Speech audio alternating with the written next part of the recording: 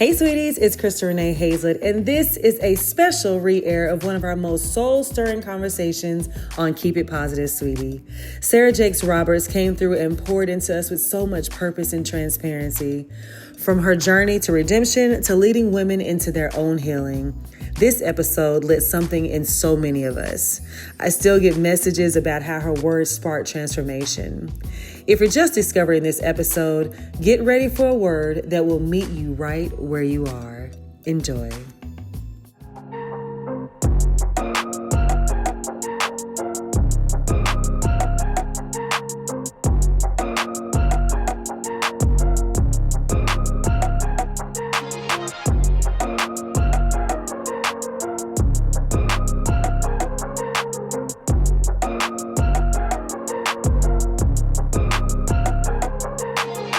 This video is brought to you by BetterHelp. Thank you, BetterHelp, for sponsoring this video. When it comes to therapy, there is no secret of the stigma that comes along with it. Sometimes you may be embarrassed or not know how to articulate how you really feel, or not even know why you feel the way you feel. I've been there. It was 2020 when I really decided to take my therapy walk serious. And I must be honest, it took me a while to find the right therapist. You know, I look at finding a therapist kind of like dating. You gotta meet a few people to see which one really is good for you. Someone that you can trust, someone that you can really be honest with, because it's so important. Well, if you're looking for a therapist, I have something for you, and that's BetterHelp. BetterHelp is an app that you can use right on your phone, guys. Just download it. They're gonna ask you a few questions to really get to know you and your needs.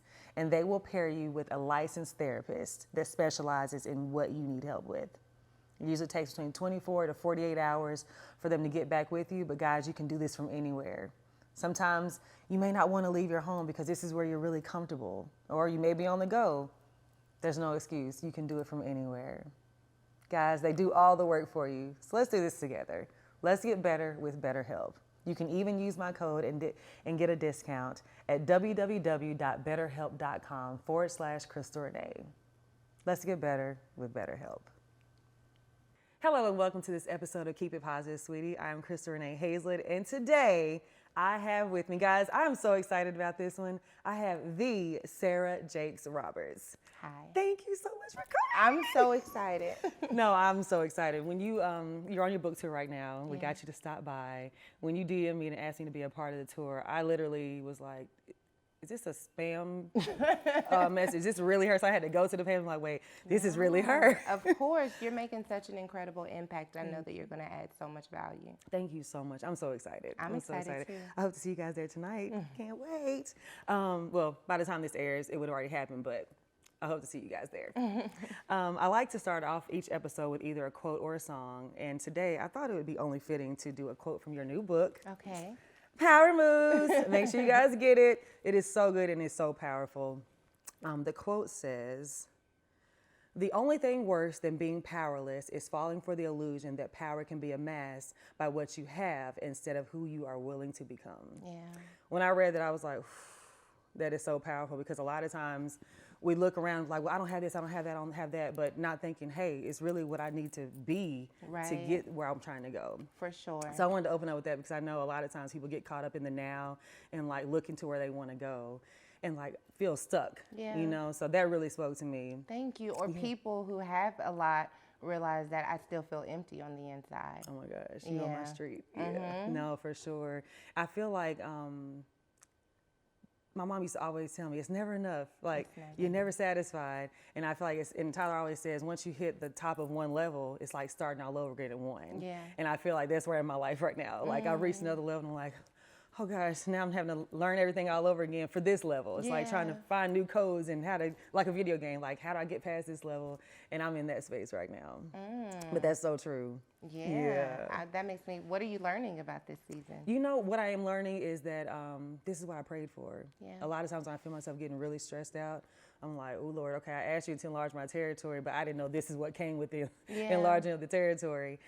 So for me, I'm learning to just pause. Even yesterday, I had a situation with my stylist, not to call you out, but I'm calling you out. She was supposed to send something for tonight, yesterday, and I'm like, hey, where's the clothes? And she's like, oh my gosh, I've been so swamped, I didn't get it. And I'm like in the middle of studying the film next week, and normally I would have had a panic attack, just thinking like, I don't have time. So like, it just messes everything up when everything doesn't fall into place. I'm like, you know what? Give people grace. Right. And you used to be a stylist, figure it out. So like, what's the solution? Because I used to like have a little pity party. Now it's like, you know what? Find the solution, breathe, everything's fine. Yeah. And everything's fine. That's the thing, that's the main thing. And you still got a job. So don't worry about it. Yeah, always fine. well, girl, it's fine. As long as my clothes get here today. But no, I'm learning to give myself grace and give other people grace. Yeah. And that's the main thing, because I feel like a lot of times we're so hard on ourselves. I'm working on it, a perfectionist spirit, and it came from a childhood, like everything had to be right just because I didn't want to get in trouble, or I was scared to make a bad grade because certain different things I didn't want to happen. So it's like this perfection thing just carried through my whole life. And even as an adult into relationships, just everything had to be perfect, and that's just not life. No, not even a little bit. Right. Seriously, have you ever dealt with anything like that?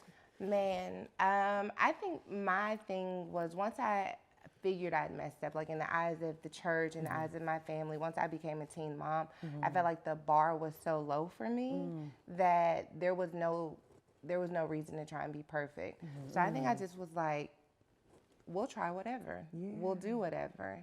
And so I think coming to a space where I find worth and value in myself has allowed me to work on my own set of ethics that weren't based on someone else's opinion or perspective of who I was, because I didn't have a lot to reach for. Wow, that is powerful. You touched on 14-year-old Sarah. Yeah. I want to talk to 14-year-old Sarah because we have a Is wide range. this where you're going to try and make me cry? No. Okay. No, I'm really, no. It rubs hands. No. But we have like a wide range of age groups in our community. Sure. I have high school girls all the way to women, our more mature women, our seasoned women. Seasoned. Yes. So I want to talk to 14-year-old Sarah, because I know just being the daughter of Bishop T.D. Jakes already carries a weight of responsibility that you didn't ask for, even as a child. You know what I'm saying? Growing up in the church, and the church can be one of the most judgmental places that there is. What was that like in the mental of 14-year-old Sarah, realizing, oh my goodness, I've made a mistake, and what you probably felt was a grave mistake in the eyes of a pastor's daughter? You know, I was so young, so I was technically 13 when I got pregnant. I was so young that the worst thing I could think about was like, oh my gosh, I'm going to get a whooping. I'm going to get grounded. Right. I wasn't even thinking about the implications of like having a child. All I could think about is how my parents would respond. It was their response that let me know that this is bigger than trouble. Like, your life has changed. Yeah. There was something about the way they responded that made me realize, like, this isn't something grounding's going to fix. This isn't something that, like, we're going to take the TV away. Right. I had no idea what it meant to be a parent. I had no idea. And then their grief let me know that this is going to be hard. And then I began to realize, like, not only am I going to have to figure out whatever it means to be a parent at 14 years old, I'm also going to have to do it with this audience. Right. And so the first time anyone at the church even knew that I was pregnant, I had my son in October. So by Mother's Day, my parents knew, the Mother's Day before I had him. Yeah. And I wasn't showing, but there was a family friend who knew. And my father did a prayer for mothers in the church, and he asked the mothers to stand. And this woman grabs me by my hand and has me stand up. What? I just got chills. What? That was, Messy. Yeah. Like, girl, what is I know Sarita was like, ma'am. But I think part of how I think I even ended up pregnant was like, so my parents, when we lived in West Virginia, that's where I was born, we would it was a smaller family church, we'd all sit together. When we moved to Dallas, because of just how that church was set up, like my parents sat on the platform and we sat on the floor. And so that separation at like 7 to 8 years old was the beginning of me feeling like, I don't know where I fit. Right. Like, And then we had 1,500 people join the church that Sunday. Wow. And so it's like you mean something to them, but you don't really know what you mean to them. Right. And then I don't have this comfort or security blanket, which would have been my parents. And so she didn't even know until after service. My sister was so upset. Oh, I bet My sister was so upset. That wasn't the place for that, or No. her place to do that. Yeah. How did you feel in that moment? Were you just like humiliated? Like, what are you Yeah, doing? that was the beginning of shame. That was the beginning of shame. I think before then, like, I knew my life had changed. I was still probably trying to figure out what that meant. Yeah. I knew my parents were grieving and working through something, but the beginning of embarrassment and ashamed happened before I was even showing. Wow. And it just carried on throughout then, wondering, like, what do people think about me, or knowing what people thought about me. And, Yeah. you know, people, like, you know, fast girls are contagious. So, like, we got to pull our daughters away from you. So that was, an interesting stage. It's funny when you say fast girls are contagious, we had to pull our daughters away from you. I remember my brother, he had gotten in trouble when he was younger. And as parents, you want to, when you see other people's children saying, don't hang around him because he's a troublemaker. Yeah. And your son hasn't done anything yet, but then when your son gets in trouble and you feel what it feels like for other parents to be like, stay away from him. Yeah. Like it's a different feeling. It and is. you're like, oh, then you realize what that feels like. And it's not until it's your child that people are saying, don't hang around that one, or she's a troublemaker, he's a troublemaker, that they realize, oh, this is what I was doing too, to understand their kids. And it's so interesting now that I am a parent. I think that, like, separation is what we use instead of conversation. So instead of talking about, like, what types of conversations are you all having at your age, and, like, how did you feel about that, and like, what do you think about your own body and your own, like, we don't have conversations, we just separate, which doesn't necessarily keep it from happening, because unless we're having communication with our children, we're just setting them up to do something with a different friend group, you know? Exactly. That's so true. How do you have transparent and vulnerable conversations with your kids now? Oh my goodness. Okay, because, you know, now I'm probably overboard. They're probably sick of me. Mom. So a few years ago, my daughter was singing a song in the car. It's like some Lizzo song. And whatever it was, I don't remember exactly the song, but whatever it was, I could tell she was talking about something nasty, but it had some candy on it, so it wasn't nasty, right? And so I paused it, and I was like, what do you think she just meant by that? And she was like, I don't know, I just like to be, I was like, what she's talking about is someone that I'm using, like, the biological names, body parts, they're talking about this happening there. And she was like, I was like, isn't that gross? Isn't that terrible? Let me break this down. Because I just want you to understand that, like, part of the messages that are being sent are so sugar-coated that you will be bopping your head to something that you actually think is gross. And I'm like, okay, the beat, like, I'm not trying to take your little shoulder bop away. I just want you to know that while your shoulders are bopping, they're trying to send you a message. Exactly. And so she was early in her life when we started asking, when we had that conversation. Another thing I've done is I'm like, anything in the world that you ask me, I will answer. Because if you were grown enough to ask me, like, if it's circling in your world, circling in your thoughts, I want you to know that no matter what, if you ask me, I will tell you the truth. And my girls take full advantage of this. I tell my husband sometimes some of the stuff they're asking me, he be like, oh. He be like, oh, look, don't ask you, right? Like, do not ask me that. But it's really funny to hear what's happening in their school. Like, I'm keeping up with all their friends, and like, oh, what's she talking about? How's her friend? How are things with her mom? I'm not like the other moms. I'm a cool mom. Right. I can sense that. But it helps me to keep a pulse on their world. My kids are really, really important to me. And in the scheme of all of what's happening in my life, I just want them to always feel center stage. And I want them to know that I want to be a part of your world. You're not just in my world. Wow. I want to be a part of your world. And we work towards that. I love that. Is amazing. I thank you. I love being a mom. It's okay. Now let me tell you something personal. I go back and forth if I want to have kids. I'm 41 now, and I'm like, you know, as we get older, it's harder to have kids. And PD, I go to Change Church, Dr. Darius Daniels, and he told the story about Sarah. And I was like, well, maybe I'll have a Sarah moment, you know, where, like, later on in life, if God's willing, then I'll have a child. But I am so scared to bring up a child into the world that it is today, because it's not like it was when we were growing up. Yeah. It is so different, and I just think about all the influence from social media to the music. For sure. You know, even like the music we listened to back then, like in the 90s, they were saying some freaky stuff too. They were. But, and now that I'm growing, I'm like, I know. The fact that I could rap word for word Ludacris's song, I want to do things in the back of the car. I don't want to move. I mean, word for word. Word for word. I know I was saying, when I think about it in context, like now I'm like, no wonder you got pregnant. It's not like sex didn't exist in your world. Right. Like R. Kelly was out here talking about ignition, keys to ignition. Like there was a curiosity in the music. And that has really helped me to forgive myself too. Because a lot of times I was just looking at what I did, but not the context that I was raised in when I made those choices. Yes. So my parents are busy, they're working, and I am literally being raised by the culture. Yep. I'm being raised by hip hop. I'm being raised by music. And so it was not as far off as people made it seem. Yeah. Even seeing my daughter years ago, we're listening to a song, she's 14 now, and they're talking about sex in the song. And so it's not as like, oh my gosh, where did this come from? Right. It's everywhere. It's everywhere. Like, and even, like, you turn the TV on, it's on the TV, it's in the music, it's on social media. Yeah. Like everywhere you turn. I was just like, ooh, I was like, do I want to bring up a child? 'Cause I know how protective I am of my nieces and nephews and people I love. I would get on my child's nerves. They'd be like, Mama, please. I'm like, what you doing? Where you going? I totally support the women's, right to be able to say, I don't know if motherhood is going to be my thing. Like, I may be the rich auntie vibes, because it's very much giving rich auntie vibes in here.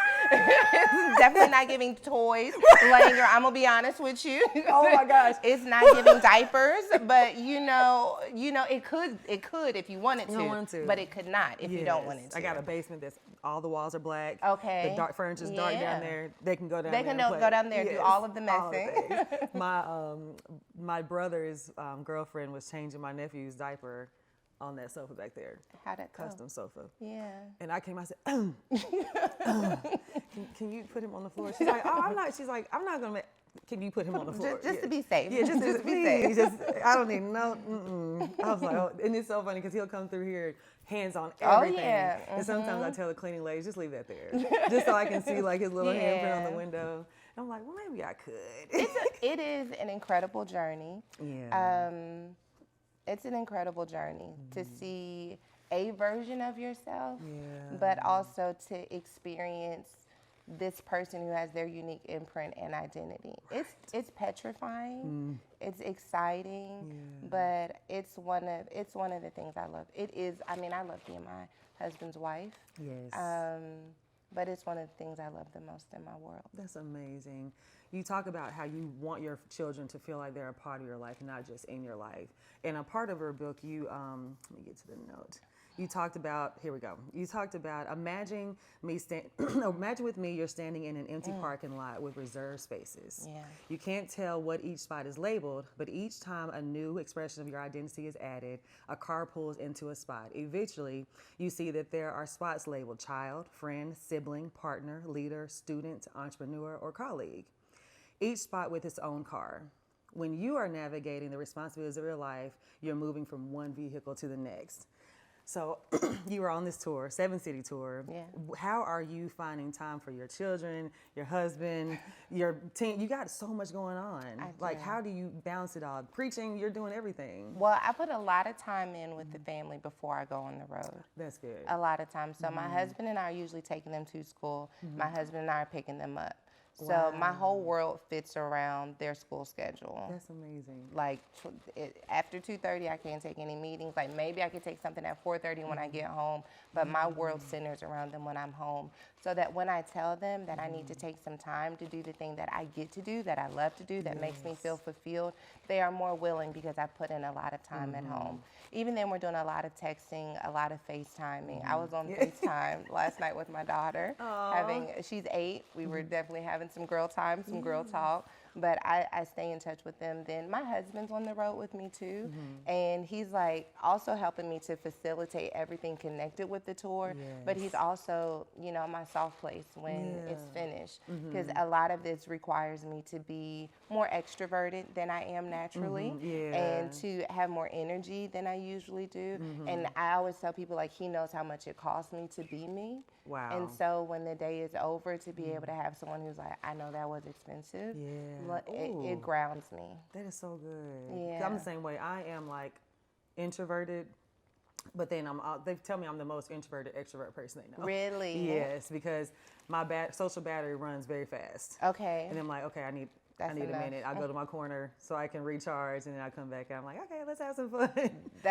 I'm only introverted. Wow. I sense it when you come. You like, I can feel like I'm let's get so started. weird. I be trying to tell people. They're like, I would love to spend the day with you. I was like, you would be so disappointed. I am so socially awkward. It's not even funny. Like, it takes so much for me to be like, all right, I'm gonna go talk to people, like in a room full of people. Girl, trust People me. think because you can put words together that means you're not introverted. But it's like, just because I know how to use words doesn't mean I want to use them. Right, that part. No, that is Yeah. so true. I'm the same, literally the same way. My friends tell me that she'll ask me if I want to do something. I'm like, no. No. And she goes, you say no so easy, and like with no, like, no, because no, there is no because no. I can't do it. I can't. No, I can't. I can't. Denora will tell you that there's times where I'm like, oh. Like, I just need a minute. And she's like the best housemate because she knows, like, as soon as we're done working, go to our respective corners. Like, she goes take a upstairs. break. Yeah. Yeah. And it's almost like nobody's here. And I'm like, this is great. Yeah, I love that. I love traveling with people who like don't make me feel like we're traveling together. Yes, yes. I Yeah. learned that with Tyler. Oh, Like, styling really? him, yeah. Understanding that this person has a million things going on. They don't need me talking. They just need to feel like you're not there almost. That's the thing. That's the thing. Because a lot of times when I am working with someone intimately, like they're like, now here's my chance to like tell you all of the things that I want to tell you. And it's not, I need you. You're doing this? I need you. A little less, please. Are you my Especially twin? because I mean, when I'm with my kids, like they're talking 24/7. Yes. So if I'm constantly around talking, so silence refuels me. So I need silence. Same. I am the same way. Oh my goodness. You talked about Teray being your Pastor Teray. What's the title? He doesn't I'm gonna make sure care. I'm doing the respectful way. Pastor Teray being your soft space, especially when you're on the road. Do you remember the first person that made you feel seen and safe? Oh, okay. Yes. The first, I'm going to say people who made me feel seen and safe were the people who were around my parents. So there's their head of security, who is my son's godfather, Sean Smith. There was a gentleman who worked in our home. His name was Anthony Smith. He died suddenly, and it felt like, you know, losing an adoptive father. But he was there throughout my pregnancy and said, baby girl, you're going to be all right. Like, baby girl, you're going to make it through this. Yeah. And Cammie Garner, who was my mom's assistant, she's still a part of my mom's team, and she's been there for like 20 years. Wow. Even though my parents were balancing all of these things, there were these people around them that took such good care of me that they made me feel seen, like, and valued just for who I was. That is beautiful. That is beautiful. 'Cause I know oftentimes, when I'm sure being Bishop Jake's daughter, you feel like it takes a team. For sure. You know, and I'm sure those people helped fulfill a lot of those spots where maybe daddy wasn't there, or mama was busy. Exactly. Because Yeah. when he was all over the world. All over the world. The world. Especially at the age that I was growing up, things had like really taken off. So he would like preach on, there were like 3 services on Sunday, a Saturday service. He'd get on the plane and he'd like preach at all of these different churches, come home on Saturday, and then like leave again on Sunday, like 24/7. Yeah. And sometimes my mom would go with him. It would just like, we didn't know like when he was coming, when he was going. But there were these people who would like take the time to be there for us and tote us around to things, and God sends help. Yeah, no, for sure. It wasn't long ago that your father passed down the torch of Woman Thou Art Loose. And in that moment, he didn't lose his power, but you gained a huge set of responsibility and power in that. Yeah. What was that like? So everyone knew that Woman Thou Art Loose was coming to an end, and they were like, you know, you're next.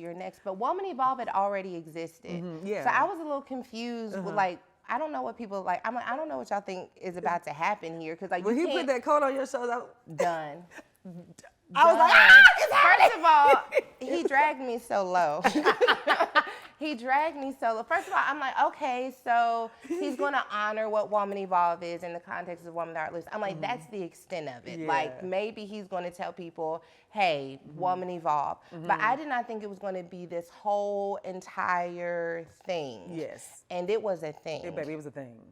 It was a whole thing, yeah. down to a video of like how we got here, and so that was ugly crying for the world to see. That was probably tears for the whole year. Done. Oh, I have a limit. I have a limit, so I can't fool with you today. So don't even. I'm not really. You know what I mean? I'm a little because I don't know what you're trying to do to me today. I got you. But I will say that above like what it meant for like Woman Evolve and Woman That Are Loose, like that was less important to me as much as, and I didn't know this until afterwards, the fact that my father has poured so much of his life into Woman Thou Art Loose.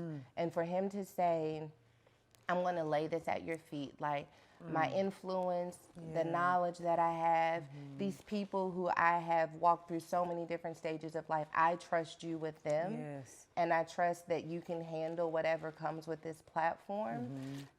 It restored a part of me that felt like I'd lost his trust, you know, not just through my pregnancy, but after I got pregnant, I was just kind of like, I just prepare for disappointment out of me. Like, I'm not going to do any of the things you want me to do. I waitressed at the strip club. I dropped out of college. They bought me a car when I was 16. I was like, you know what? I don't want the car because I don't want you thinking you're going to be able to tell me what to do. Like, I'm my own person. I gave the car back. I went to a car lot, got my own car. Like, I was constantly like, I don't want the expectations. I'm going to make it on my own. And I did. Like, I mean, I got this incredible job. I was working for an Air Force contractor. I then became a receptionist, an office manager, government clearance. Like, I was making my own path. Wow. And I think I began to prove to him that I had the work ethic to take care of myself. And he was like, all right, you know, I didn't agree with the path you took, but I see that you're making headway. But I don't know that I ever felt like the trust was fully restored from those moments. Wow. And until that moment. Until then. Wow. So how old were you then? Like, how much time had passed till you felt like this has been restored in this moment? I think I will say that I felt like he respected me. I felt like he loved me. I felt like there had been forgiveness. But my dad's life, he has poured his life into his work. And he's very protective about his work. So that level of trust, man, I mean, 20 years. Wow. Yeah, 20 years. So now you are carrying this torch. You're an assistant pastor at Potter's House in Dallas. Yeah. What does that weight feel like, and how do you carry that every week? Because I'm sure like those are some big shoes to step into. I do not see it that way. I don't see it that way. I think if I saw it that way, it would scare me. Yeah, because I would be scared. Yeah, that's what I would imagine. So that's good that you're not. I don't see it that way. Only because I never asked for this. So when we were in Brooklyn, we're standing in this beautiful theater, and I'm like, sometimes I don't always feel, I guess, deserving of the influence and the impact, because there are some people who are like, I always knew one day that I would be standing in a room like this. I always knew one day that I would inspire millions of people. I never felt that way. Wow. I never like wanted this. I want to be a good steward over it. I love it. I respect it. I honor it, but I never wanted it. And I'm careful to try and manipulate something that God placed in my lap.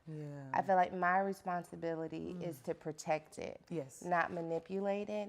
And so even with us being positioned in Dallas as assistant pastors, I feel like my job is to stay pure, to stay authentic, to stay obedient, but not to then think that this is something that is mine when it's something that God's given me. Wow. So it's interesting. Yeah. You saying that you didn't feel deserving, and in your book you dedicated it to anyone who wonders if they're enough. Yeah.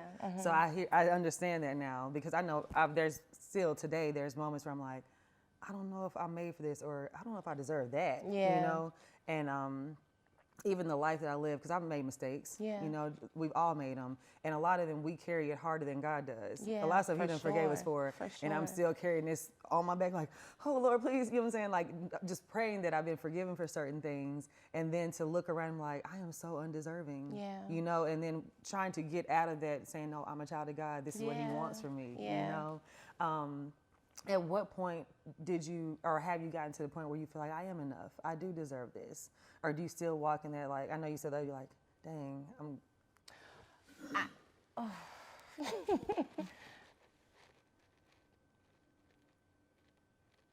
I don't know that I feel like influence is something that like I deserve. I want to say this right because like I know what I feel in my heart. It's something that I honor, but I see God loving on me not from the fact that I have influence or that my life means a lot to a lot of people. I see God loving on me in the way that love comes through the people who are closest to me. And that I have been able to accept. I will say that one of the things I'm like trying to work through, sometimes when I'm on the road, people are like, oh my gosh, I love you so much. And your messages have helped me. They've touched me. And one of the things I'm working through is like, that doesn't feel safe to me because I think it's a lot of it's rooted in what I've gone through. But the idea that someone can love you, but you could disappoint them, and then you could be the girl that nobody wants to be around anymore, makes me feel unsafe with that level of love. Wow. And so I think that I keep a healthy distance with the influence part of it.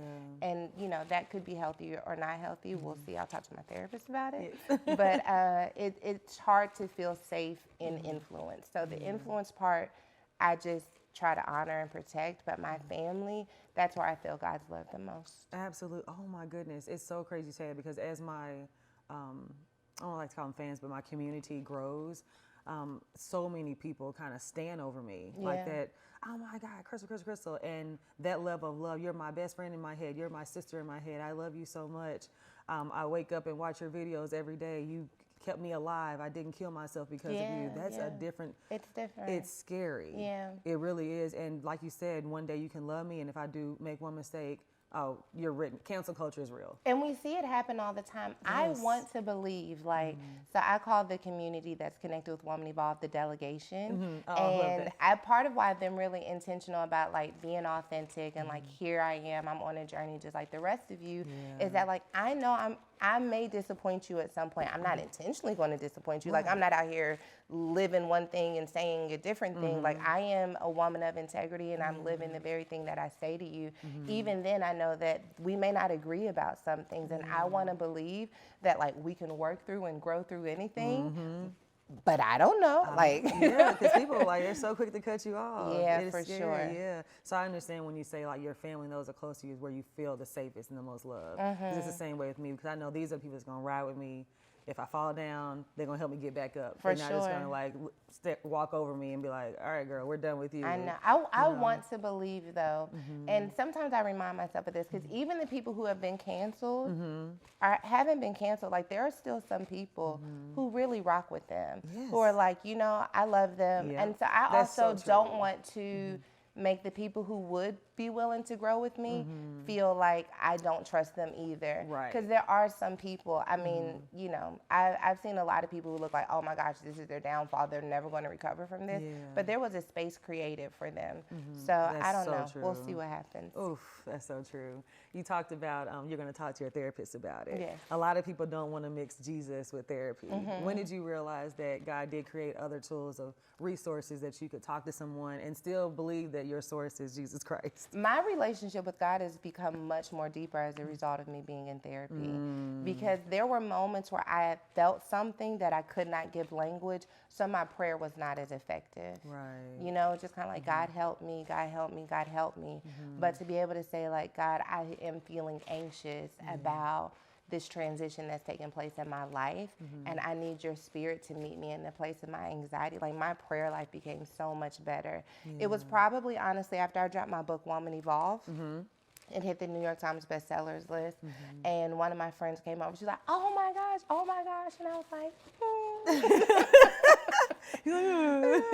You know what I mean? Like, I was like, I feel like I should probably be happy about this, but I don't feel anything at all. And so I started, like, reading some books, and then once I went through a few books, I'm like, you probably should talk to someone. But what I learned is that, like, I have just been like emotionally frozen because I was overwhelmed by shame and regret and depression, that I can function and work and hit markers and hit goals, but I can't celebrate myself. I don't know joy. I don't even know anger. Like, people can disappoint me. I don't let it get to me because I won't own or advocate for what I'm feeling in any given moment.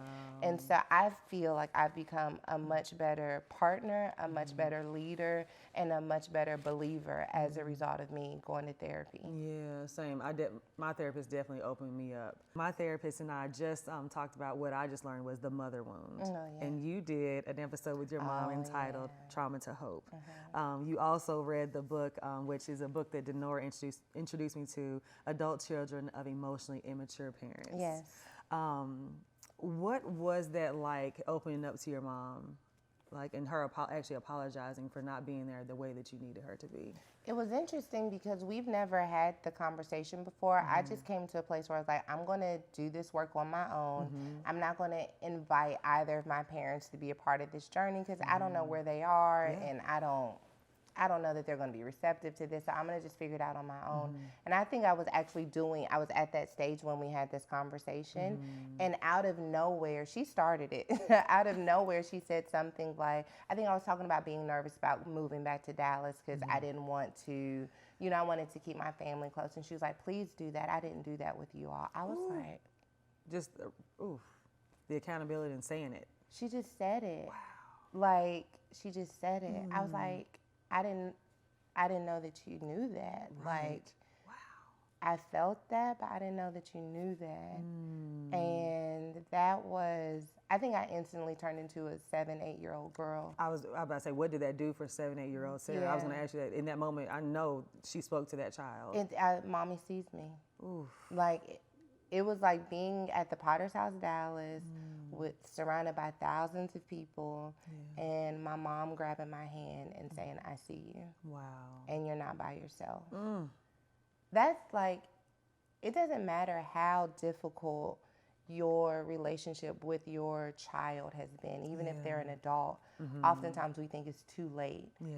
But that wound is still there, and as long as you're still here, you have an opportunity to speak into that wound. Yeah. And it really does restore, it really does heal. I think sometimes it can be discouraging for a parent when it's like, okay, I can see some areas where I messed up, but there's nothing I can do about it now. That's not true.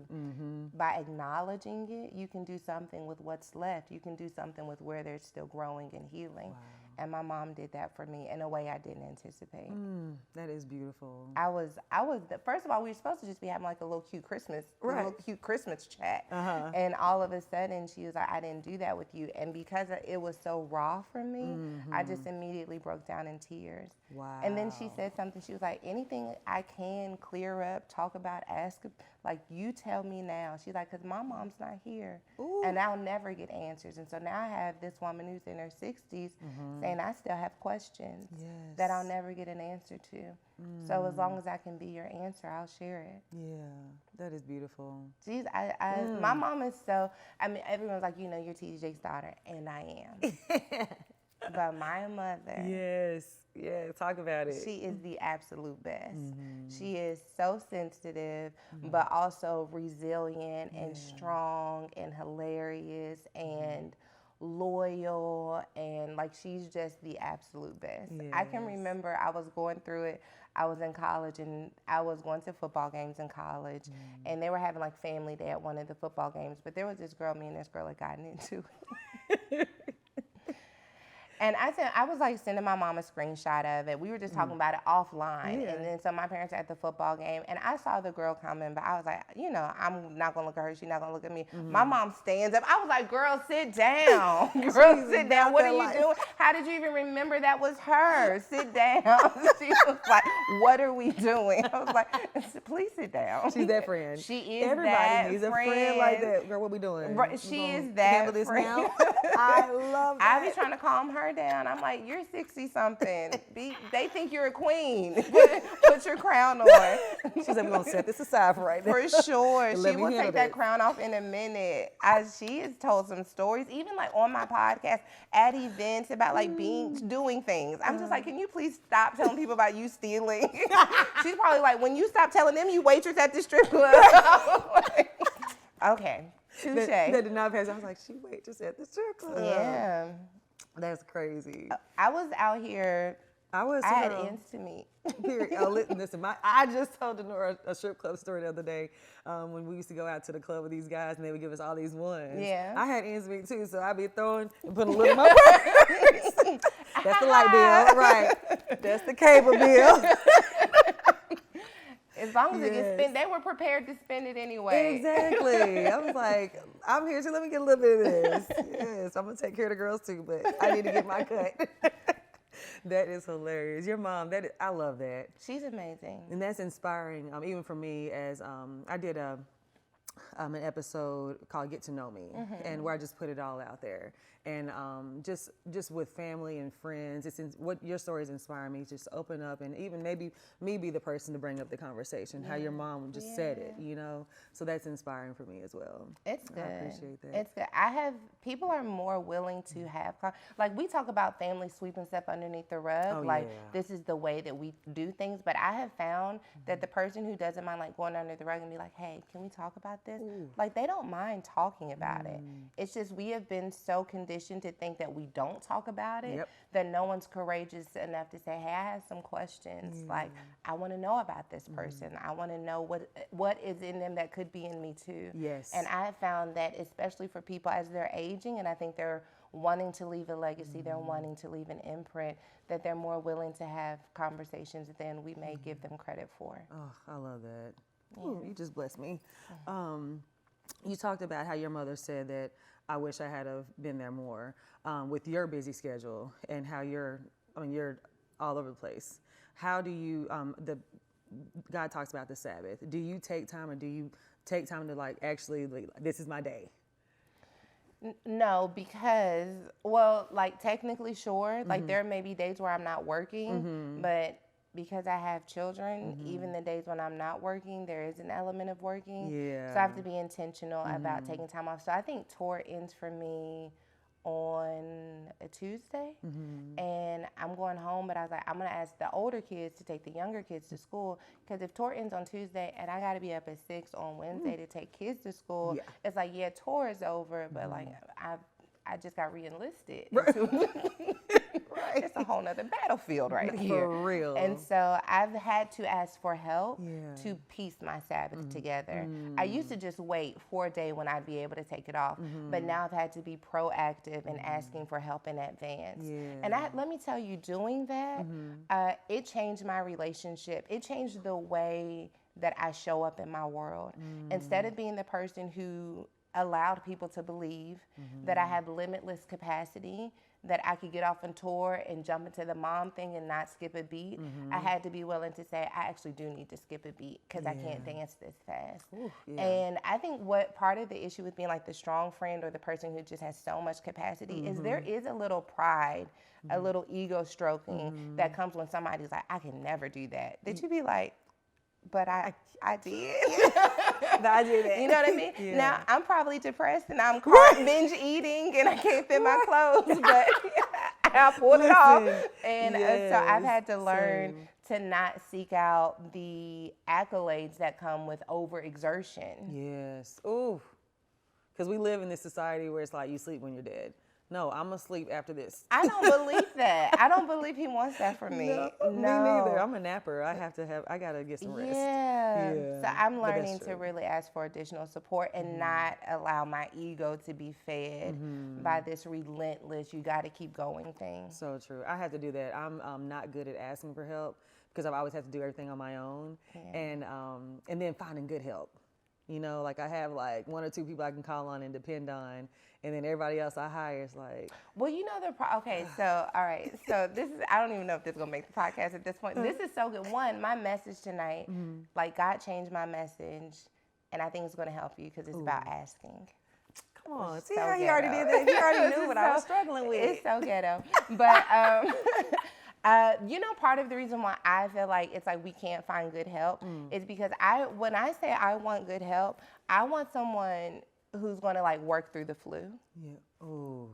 Like, Literally. I want someone who's going to deplete themselves and overexert themselves just like me. I need you, Michael Jordan, Game 6. All the time, because like With we're the flu. in it and we don't have time for sickness. Like, and that's toxic. It's so toxic. I say all of that to say, like, I don't want you to be lazy. Like, I want you to push it a little bit, but like, maybe I should stop.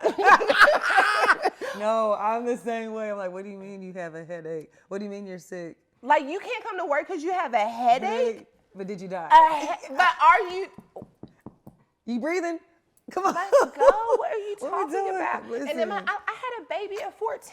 Come I had on. time for no headache. And that's weird. That's my trauma, setting standards for people. Right, And so I need to give people a Tylenol.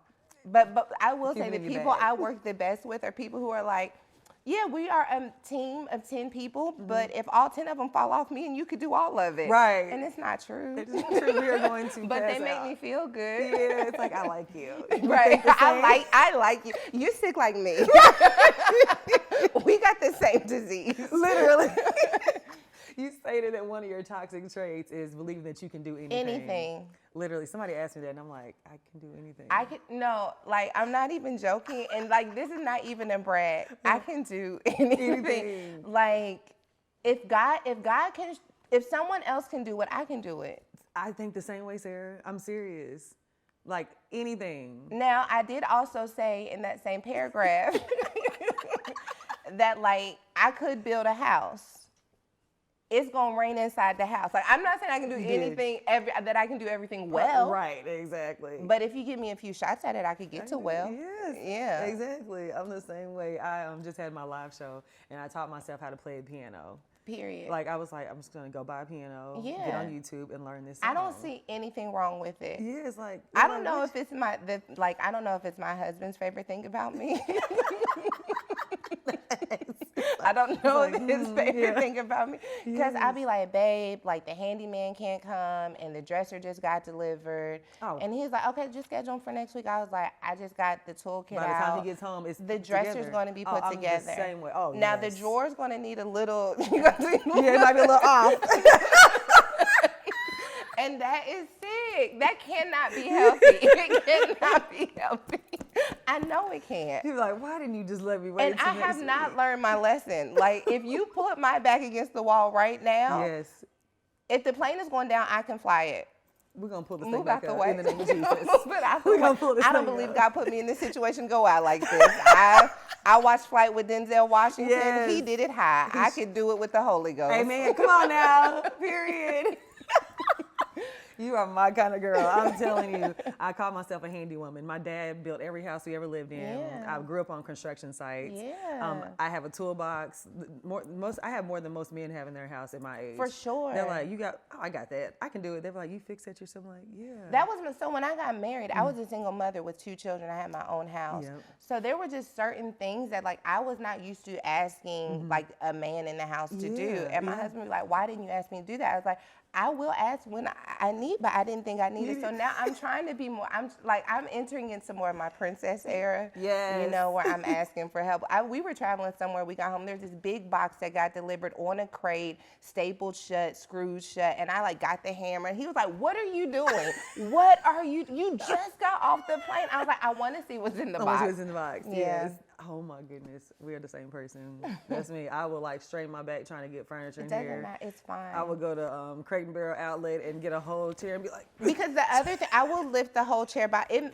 I want things to be the way that I want them to be. Yes. And I don't want to wait I on want it. it now. Instant gratification. I need it now. I mean it.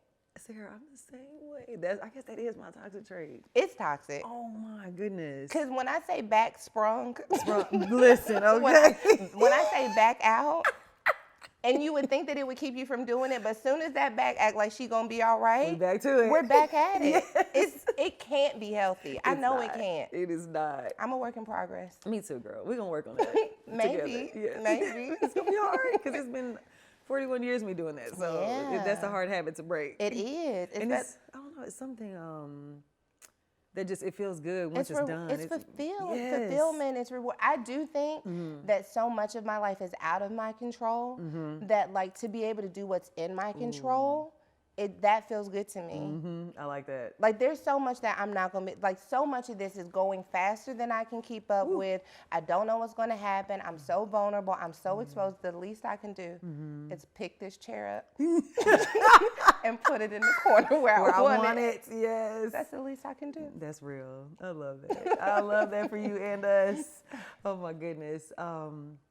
So I'd be remiss if I didn't talk about your husband, the Pastor Trey Roberts. You are a powerhouse and he is a powerhouse as well. So how do two powerhouses come together and also keep your individualism and support each other? How does that work? We have a lot of respect for one another. I see that. We have a lot of respect for one another. It's not a competition. I am fascinated by the gift of God in his life in a way that I can't even be jealous of. Like, he's so dope to me that I'm like, I can't even be jealous. Like, I think you can be jealous of something that you think is within reach. It's so out of reach to me. I'm like, I don't even know how you think like that. I don't even know how you do what you do the way that you do. So all I can do is respect it and love it and be grateful that I'm on your squad, because I would hate to be your opposition. Period. Do you understand? Yes, yes. That's so good. But it took, like I said, like that part about me, I was a single mother.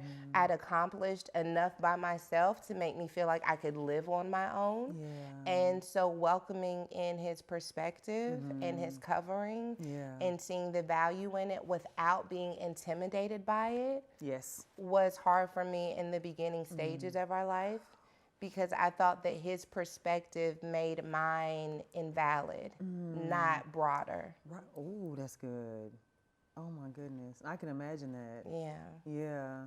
I remember it was 2020 when I first really caught on to One Church LA, and I would watch you guys online. And then every time I would visit Los Angeles, I would come to church. And I remember if you're facing the pulpit, you would sit on the left side in the front. I remember that. And I just remember just seeing just kept growing and growing and growing. And then before I know it, you guys were in Denver and then Dallas. And I was like, oh my goodness, but just the way he delivers the message. And then you come up and I'm like, wait a minute, these two both are doing it. You know what I'm saying? And everybody gets it. You know, sometimes people preach over your head. You guys are reaching people at the level that they are in a way that we can understand it. We see ourselves.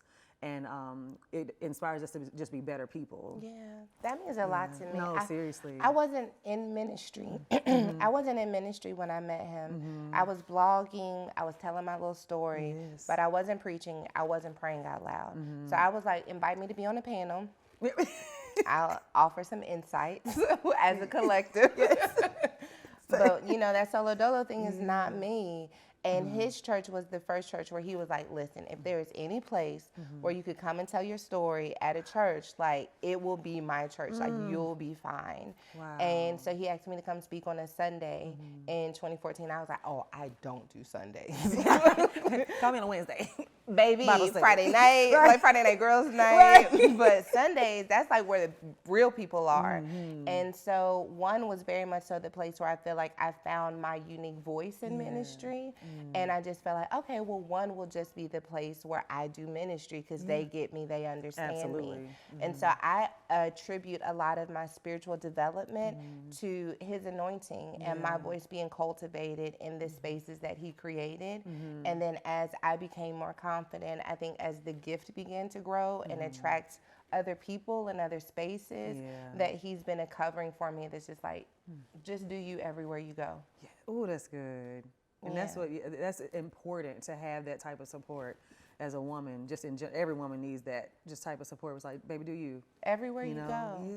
And it's funny. So most of the time when we're in LA, people are like, "Oh, you're PT's wife," and then if we go somewhere, they're like, "Oh, you're SJR's husband." So it's depending on where we are. Because when I tell you, he is Hollywood on absolute lock. New York, Atlanta, we do not go anywhere without people being like PT. Listen, So that's when he came out, I was like, PT, that's what you got. PT. For sure. So for me, it's cool because I get to see my husband in his lane, in his purpose, with his unique identity. I'm in my lane, in my purpose, with my unique identity. And then when we get to come together, it's amazing. But what's better than all of that is when we're doing none of those things and we're at home. I took my wig off the other day. I was so tired. I took my wig off. I was at home. I was scratching my head in the bathroom. It was flakes coming out of my head. He was like, no, you better than that. You better than that. He was like, grab your dignity. You better than that. Not laughing because he was so right. Because I had just basically turned into, I went from this to like somebody else. And we were cracking up laughing because as valuable as those other things are that change the world and touch people, what means the most to us are those moments where we're like clowning on each other. Right. And you can be he's your my full friend. self. Yeah. I love that. Is beautiful. Honey, the best part of the day is taking the wig off. Do you Getting understand? these bobby pins out of my head. It is the best part I think of my the day. scalp flaking a little bit too. It's time. No, it's time for me to take these braids out I'm getting and wash them. tomorrow. It's time. That is hilarious. I love that though. I love that for both of you. Thank you. That is beautiful. Yes. It's funny. My 14-year-old daughter, like he's been in her life basically all of her life at this point. And so at nighttime, she's like, her favorite part of the day is seeing us. Like I usually have tea at night. He usually has like peanuts and raisins in his snack. And we're like gossiping about the other kids. Like, well, you know that one. And Kenzie's like, well, truth be told. Mackenzie, get out our business. But what you say? Yeah, please tell us. She will come and sit up in the room with us talking about her siblings. I'm just like, Kenzie, you are really too much. Oh my goodness. I just love your whole family dynamic. It's just beautiful. Yes. I'm really grateful for it. Yeah. It feels very restorative to create an environment for my family that I think would have been really great for me. But to experience it through them and to be a part of it, it's the only thing that matters to me.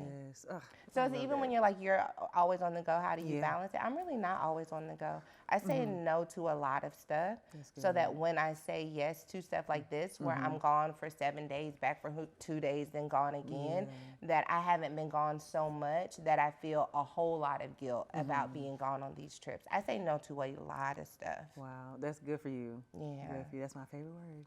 No. It's a good word. I love it. I love it. So by the time this episode airs, you have been finished with your 7-city book tour. Yes. What are some things that Sarah's going to nurture when she is done and gets off the road? My edges. I'm going to get my hair washed. She said my edges. I'm going to let these edges breathe. Yes. I'm going to nurture my joy. Yeah. I am going to nurture, I think, my reflection, because this season hasn't allowed for a lot of reflection because I'm into one thing and into the next. But I want to sit back and think about all of the ways God showed up for me throughout this tour, throughout this book writing process, throughout the whole, because God gave me this concept with this book that it made sense to me, but I'm like, I don't know if I can put it into language. You know, because I think when people hear their title, they're like, power moves, you're going to show me how to do something. And it's really about the fluidity of power and how I can be powerful as a speaker and powerful as a mother if I'm in the flow of God's power, that everything I do is powerful. But I kept second guessing whether or not I'd made it make sense. And to be able to hear that so many people said I did. You did. Yeah, I was actually I had a health scare in December, and I'm like in the hospital, fresh out of anesthesia with my manuscript reading through this book because I'm just like, it has to make sense. It has to make sense. And for people to say that it makes sense. It does. No, you should see my iPad. Because, like, I literally was like, it's purple. Like, it's so many highlights. It's crazy. That means so much to me. And then, like, you know, I've done these interviews and I don't like thinking on my speed, and I've, like, had to speak to people. And, like, God has given me language and words. When I did the Breakfast Club, Jason put me in a white button down. And I was like, I can't wear a white button down because I sweat like a man. Like a full, I build things like a man. I sweat like a man. And I was like, no, because I'm going to be pouring sweat. I had so much peace. I was so grounded. Like, I didn't sweat through my clothes. Like, little things that are dumb to most people. You're grateful for it. Yeah, I am. So I just want to sit back and think. I've received so much love in these cities. Somebody in Houston told me I had made the decision to commit suicide. And I came with my 11-year-old daughter because I wanted that to be one of our last experiences.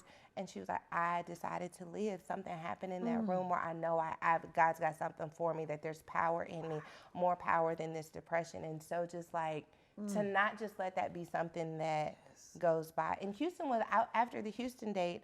I wanted to cancel the whole tour. Really? Oh yeah, I was. You didn't want to come to Atlanta? I was like, Atlanta don't want me to come. Was so. it just like, Well, I've toured before. I usually have a worship team. Dr. Anita Phillips comes on the road with me Yes, love her. sometimes. And so there's all of these different elements. Well, I'm like, this is a book tour. Most of the time on book tour, someone's being interviewed about their book. Yeah. But I was like, but no one knows this book better than me. And I didn't know if the book made any sense. So I was like, I'm going to interview Let me do people. it. I asked, I was like, so am I interviewing her? Exactly. Like, Isn't it no, weird? It's weird. Yeah. I was confused. It's weird. So I was like, I'm going to create this evening that is going to allow me to set a foundation for people to read the book. There is no worship. I'm going to engage with them. I'm going to interview people who I feel like embody the message of the book, and then I'm going to speak. But it's so different than anything that's been done. So after Houston, I was like, it's too new. It's too different. It doesn't make sense. I'm finished. Wow. But power was moving even in Yes. my insecurity and uncertainty. Come on, power So I want to find all of the ways that power moved in this season and collect them for whatever's next. Yes, I love that.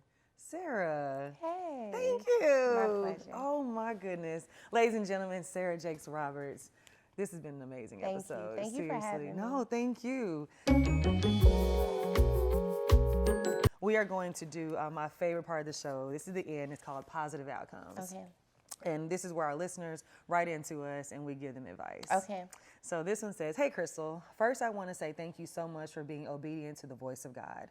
Your podcast has made me feel so many emotions in every season. Thank you for letting me laugh, cry, sing, shout, dance, evaluate life, get to the root, get closer with God, and just overall learn to be and embrace everything about me. I am a 33-year-old single mother of 3, and I feel like I'm stuck where I currently am. I know God has given me dreams and visions, but I'm stuck on how to activate them. Sometimes I'm marinating and activating. Okay, we're going to get this. There have been times where I was very adamant on my path, what I wanted to do and when. But when the time came for it to come forth, I became afraid. How do you listen to the voice of God when it seems as if everyone's voice is louder? How do you get over your feelings of fear? What are some steps that you recommend to someone who feels like it's too late to get started? Ooh. Wow. Okay. Thank you so much for writing in.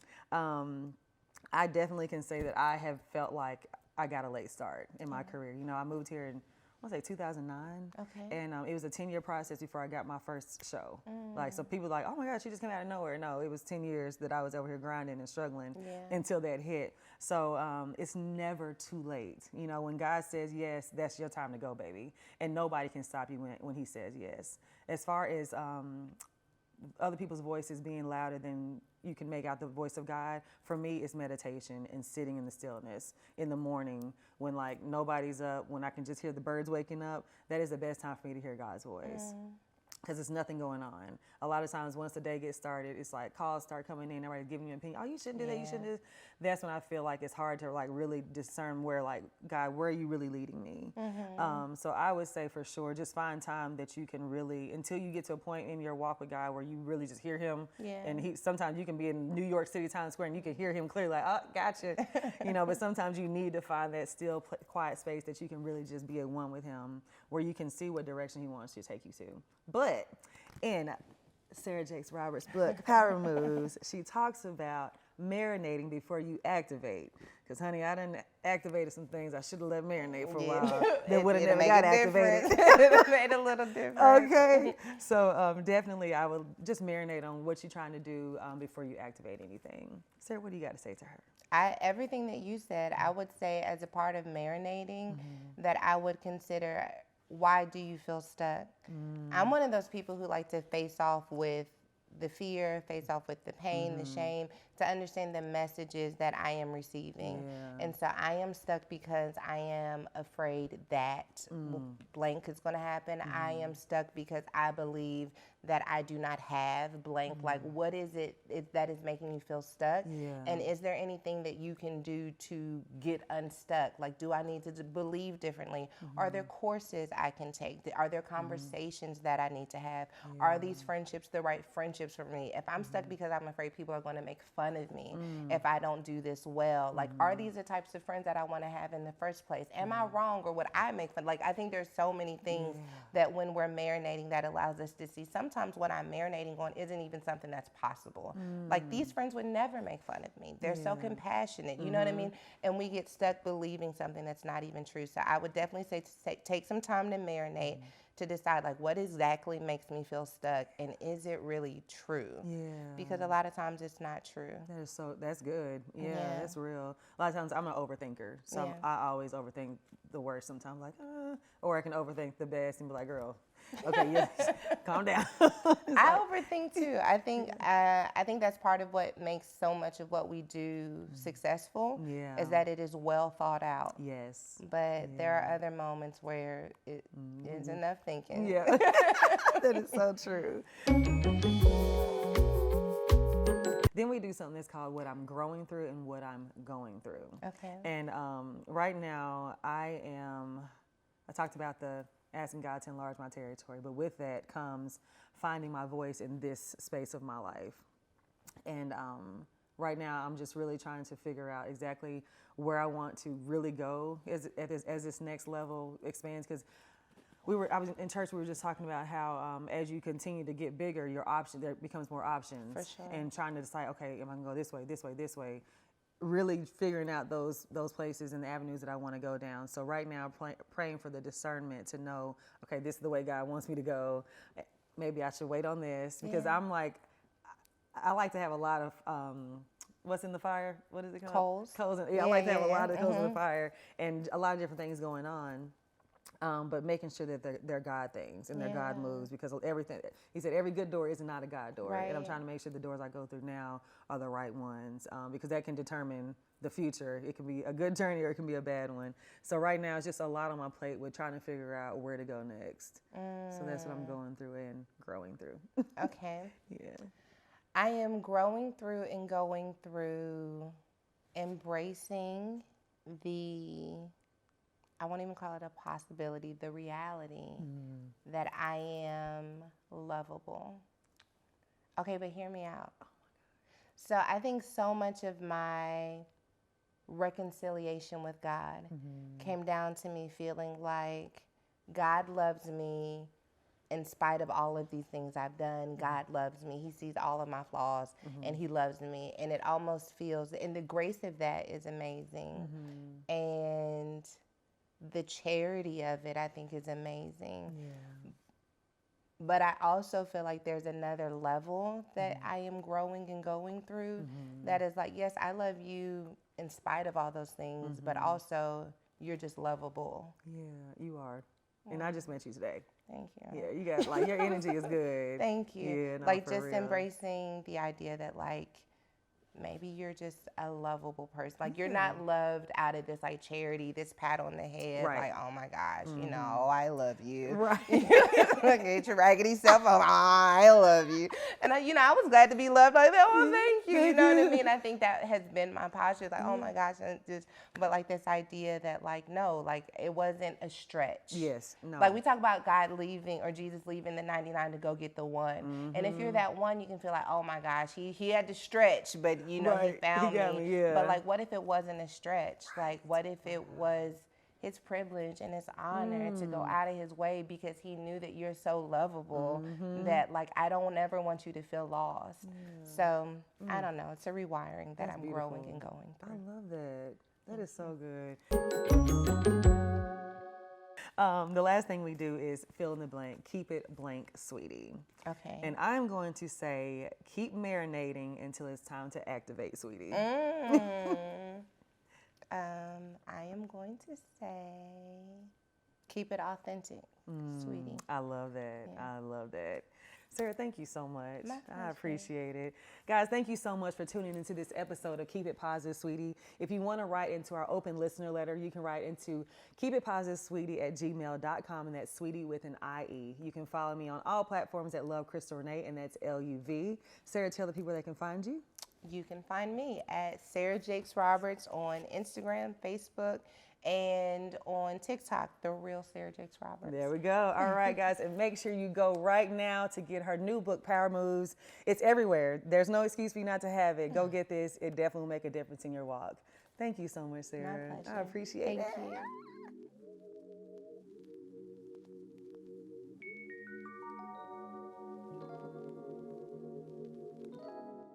Thank you, Lord, so much, Father God, for this moment. Thank you for bringing everyone here safely, Lord. Yes, God. We thank you so much for the opportunity to converse vulnerably, openly, transparently, Father God. We just ask that you bless this moment, and for everyone that will watch this later on, Father God, that they will receive what you want them to receive. We thank you and we honor you. In your name we pray. Amen. Amen.